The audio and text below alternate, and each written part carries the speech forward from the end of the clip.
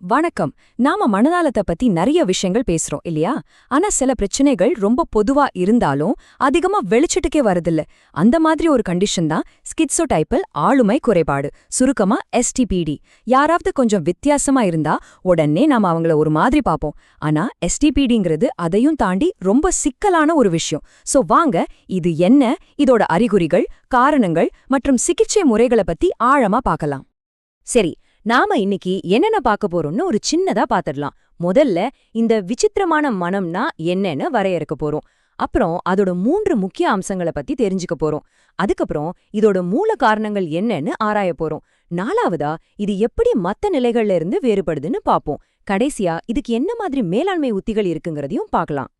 யோசிச்சு பாருங்க, வித்தியாசமா இருக்கிறதுக்கும் ஒரு மருத்துவ நிலைக்கும் நடுவுல இருக்கிற கோடு எங்கதான் இருக்கு? நாம எல்லாருமே சில விஷயங்கள்ல கொஞ்சம் வித்தியாசமா இருப்போம் இல்லையா? நம்மளோட பழக்க வழக்கங்கள், யோசனை எல்லாமே தனித்துவமா இருக்கும். ஆனா எந்த இடத்துல, எந்த அளவுக்கு போனா அது ஒரு ஆளுமை குறைபாடா மாறுது? இந்த கேள்விக்கு பதில் கண்டுபிடிக்கிறது தான் நம்மளோட இன்றைய நோக்கம். சரி, முதல் பகுதிக்குள்ள போலாம். விசித்திரமான மனதை வரையறுத்தல் அப்படின்னா ஸ்கிட்சடைப்பல் ஆளுமை குறைபாடுனா சரியா என்ன, அதோட டெஃபினிஷன் என்னன்னு பார்க்கலாம். ஓகே, சோ எஸ்டிபிடினா என்னன்னு பார்த்தா இது கிளஸ்டர் ஏ ஆளுமை குறைபாடுன்னு சொல்றாங்க. இதுல என்ன நடக்கும்னா சமூக மற்றும் தனிப்பட்ட உறவுகள்ல பெரிய சிக்கல்கள் இருக்கும். நெருங்கின உறவுகளை வச்சுக்கிறதுல ஒரு விதமான பயம், ஒரு அசௌகரியம் இருந்துகிட்டே இருக்கும். அவங்க யோசனை, அவங்க பார்வை எல்லாமே கொஞ்சம் மாறி இருக்கும். அவங்க நடத்தையும் கூட வித்தியாசமா தெரியும். ஆனா இங்க ஒரு ரொம்ப ரொம்ப முக்கியமான விஷயம் இருக்கு. எஸ்டிபிடி இருக்கிறவங்க வித்தியாசமா யோசிக்கலாம், ஆனா ஸ்கிசோஃப்ரேனியால இருக்கிற மாதிரி யதார்த்தத்தோட தொடர்பை இழக்க மாட்டாங்க. இதுதான் இந்த 2 நிலைக்கும் உள்ள பெரிய வித்தியாசம். மனநல நிபுணர்கள் பயன்படுத்துற ஒரு வழிகாட்டி மாதிரி தான் இந்த DSM-5TR. அதுல ஆளுமை குறைபாடுகளை 3 கிளஸ்டர்ஸா பிரிச்சிருக்காங்க. எஸ்டிபிடி கிளஸ்டர் ஏல வருது. இந்த கிளஸ்டர் ஏவுக்கு ஒரு பட்டப்பெயர் கூட இருக்கு, விசித்திரமான அல்லது மாறுபட்ட கிளஸ்டர். ஏன்னா இதுல வர்ற மத்த 2 குறைபாடுகளான பாரனாய்டு மற்றும் ஸ்கிட்சாய்டு, இது எல்லாத்துலயுமே ஒரு வித்தியாசமான, கொஞ்சம் ஒத்துப்போகாத ஒரு பேட்டர்ன் இருக்கும். இந்த நம்பரை பார்த்தா கொஞ்சம் ஆச்சரியமா இருக்கலாம். பொதுமக்கள்ல சுமார் 4% பேருக்கு எஸ்டிபிடி இருக்கலான்னு ஆராய்ச்சி சொல்லுது. அப்போ யோசிச்சு பாருங்க, 100 பேர்ல 4 பேர்னா நாம நினைக்கிறத விட இது அதிகமாவே பாதிப்பை ஏற்படுத்துதுன்னு தான் அர்த்தம். அதனாலதான் இத பத்தி தெளிவா தெரிஞ்சுக்கிறது அவ்வளோ முக்கியம். ஓகே, அடுத்த பகுதிக்கு வருவோம். எஸ்டிபிடியோட அறிகுறிகள் கொஞ்சம் சிக்கலா இருக்கும். அதை நாம சுலபமா புரிஞ்சுக்கிறதுக்காக 3 முக்கிய பகுதிகளா பிரிச்சு பார்க்கலாம். இந்த 3 பகுதிகளும் ஒன்னோட ஒன்னு தொடர்புல இருக்கு. முதல்ல அவங்கள சுத்தி இருக்கிற சமூக உலகத்தோட அவங்களுக்கு இருக்கிற பிரச்சனை. 2வது அவங்களோட யோசனை, அவங்க மனசுக்குள்ள என்ன ஓடுதுங்கிறது. 3வது இது எல்லாம் சேர்ந்து அவங்க நடத்த, அவங்க வெளி தோற்றத்துல எப்படி தெரியுதுங்கிறது. வாங்க ஒவ்வொன்னா ஆழமா பாப்போம். முதல்ல சமூக மற்றும் தனிப்பட்ட உறவுகள். இங்கதான் பெரிய சவால்கள் ஆரம்பிக்குது.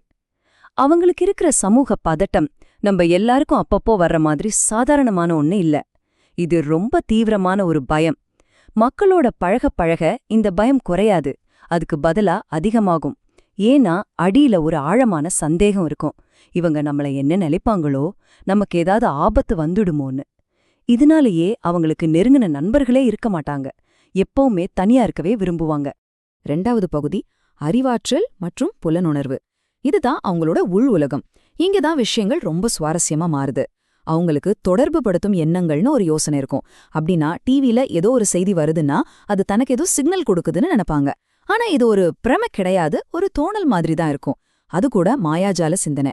நான் மனசுல நினைச்சா அது நடந்துடும், எனக்கு 6வது அறிவு இருக்குன்னு நம்புவாங்க.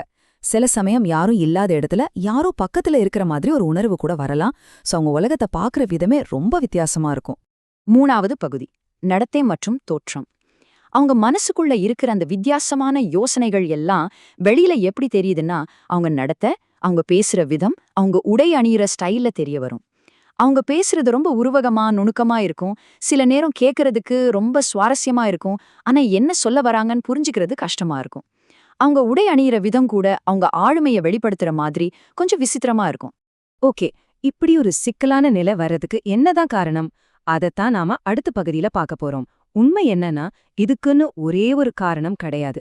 நிறைய விஷயங்கள் சேர்ந்துதான் இதுக்கு வழிவகுக்குது. இத ஒரு காக்டெயில் மாதிரி நினைச்சுக்கோங்க. முதல்ல மரபணு காரணிகள்.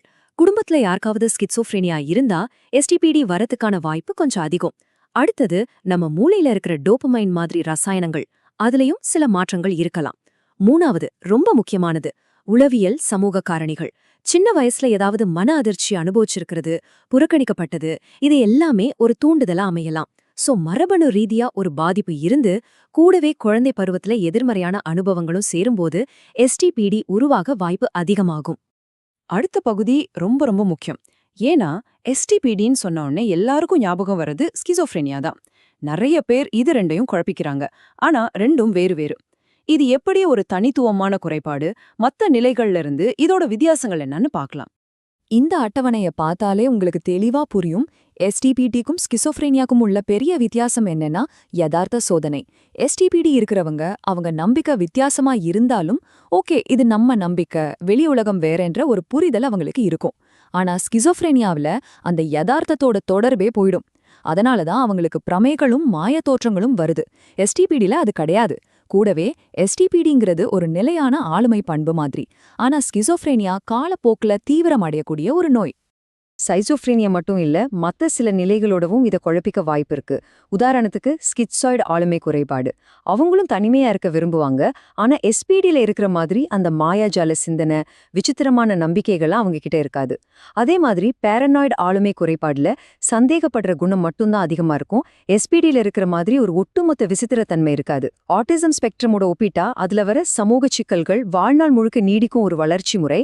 எஸ்பிடில இருக்கிற அந்த மாயாஜால சிந்தனை அதுலயும் இருக்காது. சரி, இவ்ளோ நேரம் பிரச்சனைய பத்தி பேசிட்டோம். இப்போ தீர்வு பத்தி பேசலாம். இந்த நிலையோட வாழ்றவங்களுக்கு உதவி பண்ண முடியுமா? கண்டிப்பா முடியும். அதுக்கு என்ன மாதிரி சிகிச்சை மற்றும் ஆதரவு உத்திகள் இருக்குன்னு பாப்போம். எஸ்பிடி மேலாண்மைக்கு 2 முக்கிய தூண்கள் இருக்கு. ஒன்னு உளவியல் சிகிச்சை, இன்னொன்னு மருந்து சிகிச்சை. உளவியல் சிகிச்சை தான் இதோட முக்கிய சிகிச்சை. ஏன்னா ஒரு சிகிச்சையாளரோட உட்கார்ந்து பேசும்போது ஒரு நம்பிக்கையான உறவை உருவாக்கி அவங்க சமூக பதட்டத்தை எப்படி கையாள்றது, வித்தியாசமான யோசனைகளை எப்படி யதார்த்தத்தோட ஒப்பிட்டு பார்க்கறதுன்னு எல்லாம் கத்துக்கலாம். மருந்துகள் ஒரு துணை பாத்திரத்துல வரும். விசித்திரமான எண்ணங்கள் ரொம்ப அதிகமா இருந்தாலோ இல்ல மனச்சோர்வு, பதட்டம் மாதிரி கூடவே வேற பிரச்சனைகள் இருந்தாலோ அதை கட்டுப்படுத்த குறைந்த அளவு ஆன்டிசைகாட்டிக்ஸ் அல்லது SSRIகளை பயன்படுத்துவாங்க. இங்க நாம ஒரு விஷயத்த ரொம்ப தெளிவா புரிஞ்சுக்கணும். சிகிச்சையோட நோக்கம் ஒருத்தரோட ஆளுமைய குணப்படுத்துறது இல்ல. அவங்கள அப்படியே மாத்துறது சாத்தியமோ இல்ல, அவசியமோ இல்ல.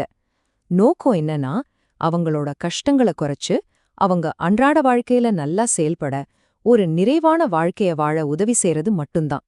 சோ, நாம இவ்ளோ நேரம் பேசினதுல இருந்து நீங்க ஒரே ஒரு விஷயம் மட்டும் மறக்காம வச்சுக்கணும்னா அது இதுதான். எஸ்பிபிடிங்கிறது ஸ்கிட்சோஃப்ரேனியா கிடையாது. அது ஸ்கிட்சோஃப்ரேனியாவோட ஒரு லேசான வடிவமும் கிடையாது. அது தனக்குன்னு தனியான அறிகுறிகள், தனியான சவால்களோடு இருக்கிற ஒரு தனித்துவமான நிலை. இந்த தெளிவு இருந்தாலே நாம அவங்கள சரியா புரிஞ்சுக்க முடியும். கடைசியா உங்களுக்கு ஒரு கேள்வி.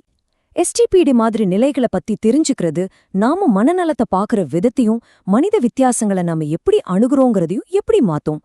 யாராவது கொஞ்சம் வித்தியாசமா நடந்துக்கிட்டா உடனே அவங்கள விமர்சனம் செய்யறதுக்கு பதிலா அவங்களோட சிக்கலான உள் உலகத்தோட வெளிப்பாடா அதை பார்த்தா நம்ம அணுகுமுறை, நம்ம அனுதாபம் எப்படி மாறும்? யோசிச்சு பாருங்க.